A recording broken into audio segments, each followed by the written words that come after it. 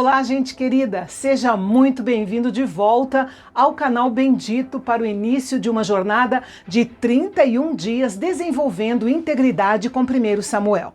Se você está chegando agora aqui no meu canal, já pode se inscrever, ativar o sininho para ser notificado de vídeos novos, compartilhar com o máximo de pessoas que você puder e, antes de sair, não esqueça de deixar o seu joinha. Você também pode deixar o seu comentário sobre o que você achou do conteúdo deste vídeo ou até fazer uma pergunta, porque eu farei questão de responder para você. Vamos lá então? Uma informação inicial importante é que nos antigos manuscritos hebraicos, 1º e 2º Samuel formavam apenas um livro. Eles só foram divididos quando o Antigo Testamento foi traduzido para o grego. Nós não sabemos quem escreveu esses dois livros. Com certeza, Samuel foi um dos principais contribuintes, mas uma grande parte dos acontecimentos aconteceram depois da sua morte, registrada em 1 Samuel 25. Os livros são chamados de 1º e 2º Samuel, não porque Samuel tenha escrito esses livros, mas porque descrevem o seu grande ministério entre o povo de Israel e o legado que ele deixou. Pois bem, na cidade de Ramataim, ou Ramá, que ficava na região montanhosa de Efraim, Deus começou o seu plano como quase sempre faz, usando uma pessoa para mudar o curso da história do seu povo, Israel. Um homem chamado Eucana morava ali com sua família. Ele era descendente de Zuf e sua linhagem familiar mostra que ele era um levita. Eucana tinha duas esposas, Penina e Ana.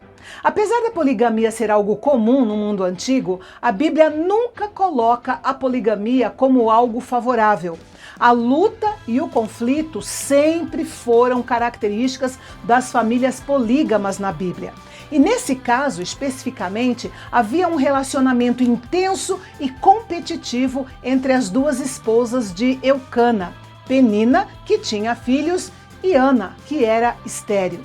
De acordo com a lei de Moisés, os israelitas não podiam adorar a Deus em qualquer lugar. Uma vez por ano, Eucana e sua família se deslocavam até Siló, onde ficava o santuário, para adorar ao Senhor e apresentar os seus sacrifícios, entregando-os aos sacerdotes.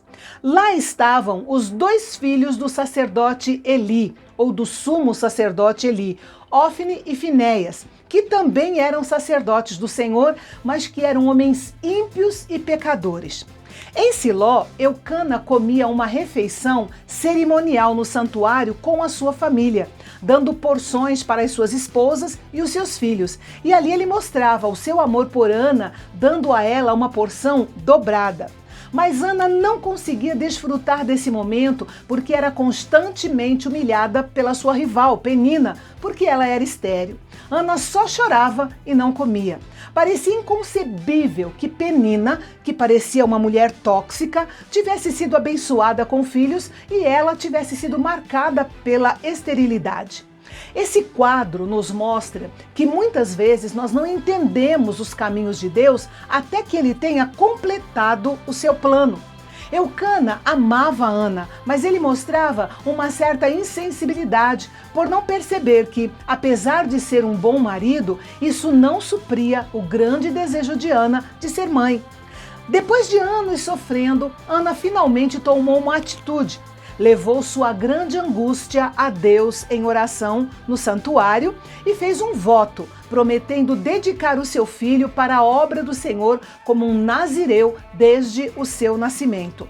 Ana poderia simplesmente dizer: eu não preciso dedicar meu filho ao Senhor porque ele já irá nascer dedicado, uma vez que nascerá na tribo de Levi.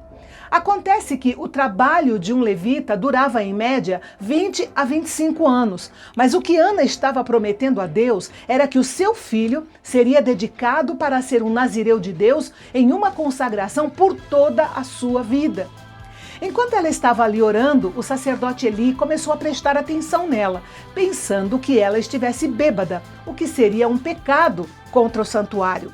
Mas, com o baixo nível espiritual do povo, principalmente dos filhos de Eli, não seria surpresa as pessoas ficarem bêbadas nas refeições de confraternização no santuário.